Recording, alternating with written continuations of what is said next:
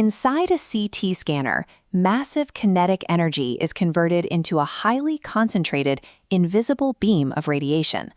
Raw X-rays fired from a tube tell us the absolute physical output of the machine, but they do not tell us the biological risk posed to the specific patient lying on the table. You cannot measure that biological risk directly. Translating the raw machine output into human impact requires moving the data through a rigorous 5-step mathematical cascade. Navigating these 5 steps is a mandatory requirement for passing the FRCR physics exams, and it provides the only mathematical framework for maintaining patient safety during clinical practice. To understand the final number printed on a dose report, we have to start at the absolute baseline, measuring the radiation from a single rotation of the gantry around a standardized plastic testing phantom. We must strip away all clinical assumptions and human anatomy and look strictly at the hardware. This diagram shows our physical baseline: standardized acrylic phantoms measuring 16 centimeters across for a head and 32 centimeters for a body. Step 1 is the CTDI index, or CTDI.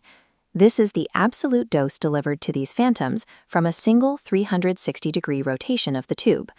The unit of measurement here is the milligray. It quantifies the raw physical energy absorbed per unit mass of the phantom. At this stage, the primary mechanical variable dictating that raw dose is the physical distance between the collimator focus and the machine's isocenter. Treating the phantom as a uniform block creates a mathematical error. As X-rays penetrate solid matter, they attenuate. The outer edges absorb more radiation, visible here in red, while the center absorbs significantly less, shown in blue. Because of this spatial variation, relying on a flat average across the entire slice overestimates the central dose and underestimates the surface dose. To correct this error, we move to Step 2, the weighted CTDI. By placing dosimeters in both zones, we calculate an adjusted average. The formula actively weighs the peripheral dose twice as heavily as the central dose, assigning it 2/3 of the final value. The resulting weighted CTDI gives us a highly accurate measurement of radiation absorption, but strictly for one single isolated slice of the object. Modern CT scanners do not scan isolated slices. They drive the table through the gantry to acquire a continuous volume of data along the z-axis of the patient. These paths demonstrate pitch, the ratio of table feed per rotation against the width of the X-ray beam. Pitch determines exactly how tightly the helical spiral overlaps itself as the patient moves. There is an exact inverse relationship here. A lower pitch tightly overlaps the spirals, concentrating the radiation dose. A higher pitch pulls the spiral apart, leaving gaps and lowering the concentration. To account for this z-axis overlap, we calculate Step 3, volume CTDI.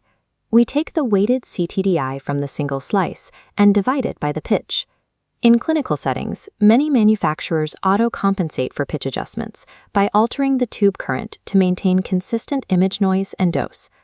Volume CTDI quantifies the concentration of the dose, but it misses the final physical variable. A highly concentrated scan of a wrist delivers far less total energy than an equally concentrated scan of a full abdomen. We must account for the length of the body scanned. Step 4 is the dose length product. We multiply that concentration by the total distance scanned in centimeters. This gives us our first metric that accounts for the full scan area, measured in milligray centimeters. The dose length product calculates the absolute total physical energy dumped into the phantom or the patient. However, measuring physical energy does not confirm if that energy caused actual biological damage. Delivering identical physical doses to 2 different regions of the human body will result in vastly different degrees of biological harm. Tissues with rapidly dividing cells, like the thyroid or the lungs, possess a high sensitivity to radiation. Conversely, tissues with low cellular turnover, like the brain, are highly resistant. To solve this discrepancy, the International Commission on Radiological Protection assigns specific tissue weighting factors to standardize the relative vulnerability of every organ. This brings us to Step 5, the effective dose. The effective dose calculates physical risk based on regional tissue sensitivity. We take the equivalent dose delivered to an organ, multiply it by its specific tissue weighting factor, and sum those results across all irradiated areas. At this precise step, the units shift. We leave the strictly physical metric of milligrays and calculate the resulting biological risk in millisieverts. The 10 millisieverts you read on a final dose report is not a machine measurement. It is a calculated estimate of biological harm, entirely dependent on the 4 physical equations that precede it. We apply this model directly to the console. When a dial is turned, changes ripple through the cascade. Take tube current. The relationship is linear. If you double the milliamp, you double the output, and the volume CTDI, dose length product, and effective dose all exactly double. Rotation time applies the exact same logic. Leaving the beam on twice as long linearly doubles every downstream metric. Pitch works inversely. Doubling the pitch pulls the helix wider, reduces beam overlap, and causes the downstream dose metrics to drop by exactly 50%.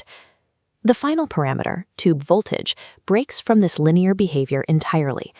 Total dose is approximately proportional to the square of the tube voltage. Mathematically, doubling the kVp does not double radiation. It increases the deposited dose by a factor of 4. This exponential relationship makes tube voltage the most volatile parameter on the entire console. Every CT dose report is built upon this specific sequence: raw rotation from CTDI, spatial weighting from CTDIW, volume concentration from CTDI vol, scan length from DLP, and biological risk from effective dose. Board examiners test these exact translation points to ensure candidates understand the mechanical constraints of their hardware. In daily clinical practice, this mental model is required to optimize imaging protocols and systematically limit patient exposure. A calculated effective dose is only ever as accurate as the radiologist's understanding of the physical parameters that built it.